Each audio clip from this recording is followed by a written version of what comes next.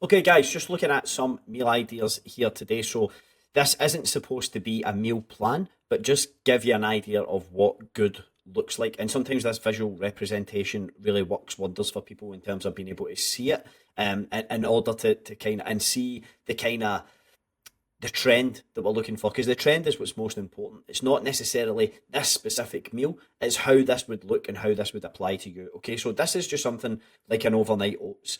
481 calories for 51 grams of protein. Now, remember our gold standard, it would be 100 calories per 10 grams of protein. So every time you've got 10 grams of protein, you want 100 calories. Okay, so if you're on a 2000 calorie diet, 200 grams of protein would make it very easy to adhere to 200 calories. Okay, because we know that protein is the most satiating macronutrient. So a light Greek yogurt is always going to work better rather than just a traditional Greek yogurt. We've got the WPI, the bulk nutrients protein powder, which is the one I use, and it's really good. And then we've got oats, unsweetened almond milk, or whatever light milk of your choice. You could even go skimmed milk here, whatever you would prefer. Blueberries for micronutrients, and some sugar-free maple syrup for a little bit of flavour in there. So 481 calories, like I said, 51 grams of protein. It doesn't get much better than that. Okay, now we're looking at an overnight wheat bix, and we know in the app, even overnight oats, in the app we've got hundreds of recipes of overnight oats and overnight wheat bix. There's so many different variations of this, but it just gives you an idea. Like the consistency works well for me, and I just do a similar thing. If it works, I'll stick to it for a longer period of time, just because it removes that decision fatigue. But here we've got 50 grams of protein, 455 calories. Again, what have we got? A couple of bricks of Weetabix, 150 grams of blueberries, 200 grams of Greek yogurt, a scoop of protein powder, and then a little bit of unsweetened almond milk. The good thing about the overnight oats, overnight wheat bix, you can prep 5 days worth and put them in the fridge. You can get organised on a Sunday for the rest of the week. There's 25, if you eat 4 meals per day, there's 25% of your meals taken care of for the week. So nice and easy there for me. Then if we're looking more of a cooked breakfast, a couple of eggs, egg whites, toast and avocado. So this is scrambled eggs and toast, okay? The reason we go for egg whites, we still want the whole eggs because we still want the nutrient, the micronutrients that we get from the yolk. But just having like to get the equivalent amount of protein, we might have to have 6 eggs, and then we're going to have probably another 300 calories for this. So it's just the higher fats are obviously higher in calories. We still want the micronutrients, but can we just leverage something else? A couple of whole eggs, and then we're going to have 300 grams or 300 mils of egg whites. This is all stuff you get at Woolies, and this is what I make anytime I make eggs and toast. And it makes a mountain of scrambled eggs, an absolute mountain of food here. So that's what we're going for. Food volume always as well. Higher fibre bread. So this high fibre bread has also got about 8 grams of fibre per serve as well, which is again another lever to pull on in terms of satiety. So that's going to work really well. High protein, going to leverage off a bit of satiety, and then some healthy fats as well, going to leverage off satiety and good for health overall. We remember fats are essential. Then, if I just wanted something easy, a smoothie, something I could make on the run, this is exactly what I do. So 30 grams of oats, of these oats here. Then we go for the cashew spread, a tablespoon of that, 20 grams of that, like a normal tablespoon, not a big heaped one. Again, you could measure it once, you could see what good looks like, and then you just do the same thing consistently. Scoop of protein, some blueberries, almond milk, and this vital greens all in one. Just effectively like having a multivitamin. So you're getting there's my micronutrients. Okay, there's my micronutrients there. So look at the trend. A protein source, some fuel from either carbohydrates and or fats, and then micronutrients. That seems to be the trend. Okay, now if we're looking at lunchtime type things, the high fiber wraps. These ones are 78 calories and 8 grams of fiber per wrap. Some tuna, again, just a lean protein source, some micronutrients here, and then a light sauce that coconut sriracha. What's that? 18 calories for 10 mils of it. So 33 grams of protein for 240 calories. You could add half a cup of rice or something into this and make a burrito type thing as well. Very, very easy. Chicken salad sandwich, again, 44 grams of protein, 490 calories.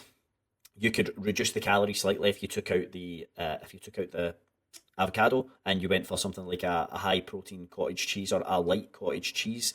Remember, if you're trying to save calories, you would just go a little bit lighter on the fats, generally speaking, but we still want to be hitting those fats as part of our daily intake. So very, very easy here. Again, this light sauce, what is it, 4 calories, 1.2 calories per 10 grams. I don't even know how that's possible, but it is.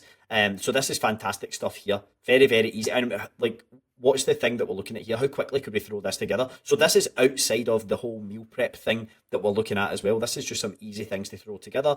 A taco ball type deal here. You could use kangaroo mince. You could use a extra lean beef mince as well. And we're just making a bit of a bowl. So we've got half cup of rice. We've got a quarter of an avocado, and then we've got some micronutrients. We're just going to cook that up. You could add whatever other vegetables if you wanted to bulk this up as well. And a little bit of this taco seasoning. It's just what I use. I quite like it. Chop the rest up, make a bit of a bowl out of it, and that's going to keep you pretty full. And again, very easy to make. And you could make this in bulk. You could prep. That's a kilo bag, so you could prep effectively 5 portions of this. You would cook it all up and divide whatever that makes by 5, and then you know what that is in a serving.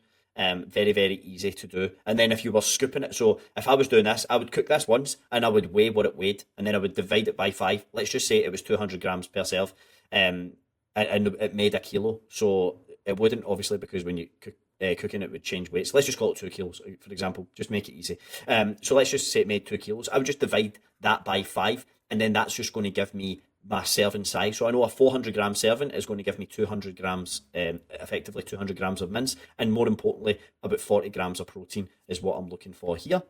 And then from there, I just work it out, like how many cups or how many spoonfuls of like a serving is that? So is that 2 measuring cup kind of servings? Is that roughly about 400 grams? Cool. Like that's good enough in terms of accuracy for me. I don't have to measure and weigh absolutely every single thing. So pause that and watch it back if it didn't make sense. And then looking at some things we could throw together for dinner. So a bit of a Chinese beef stir fry here, stir fry veg. Again, protein, micronutrients, some sort of sauce. You can always get a lighter sauce available. Any type of stir-in sauce, there's always a lighter version, and it's basically just lower fat. And then this is these super low-cal noodles. Now, if you had this makes 60 grams of protein for less than 400 calories. You could easily add in a cup of rice or a cup of noodles for like an extra 200 calories there, and you would still be in a really good spot. But this just shows you how low you could potentially push calories if you were trying to get, if it required you to do so. This is just like a bolognese type deal, so we're going for like a protein pasta as well to jack the protein up, and we end up with 57 grams of protein, 530 calories.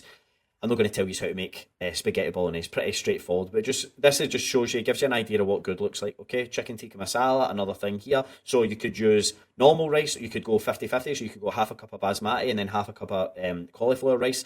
If you were really low in calories, you could just take the basmati rice out altogether and just go cauliflower rice there, and you could add as much of that as you want. Remember, we're trying to increase food volume, so if I took out a cup of rice, I would want to add in 2 cups of veggie rice, so the volume in the meal has actually increased, although the calories would have significantly decreased. So if we see a cup of rice, half a cup of rice is 90 calories, and 250 grams of cauliflower rice is 60 calories. So it gives you an idea on volume there as well. Again, teriyaki chicken, some stir-fry veg, something that you could cook in the wok, very easy to do. And then the super low-cal noodles, or else you could go just a cup of rice or a cup of noodles or whatever there as well, whatever fits your calories.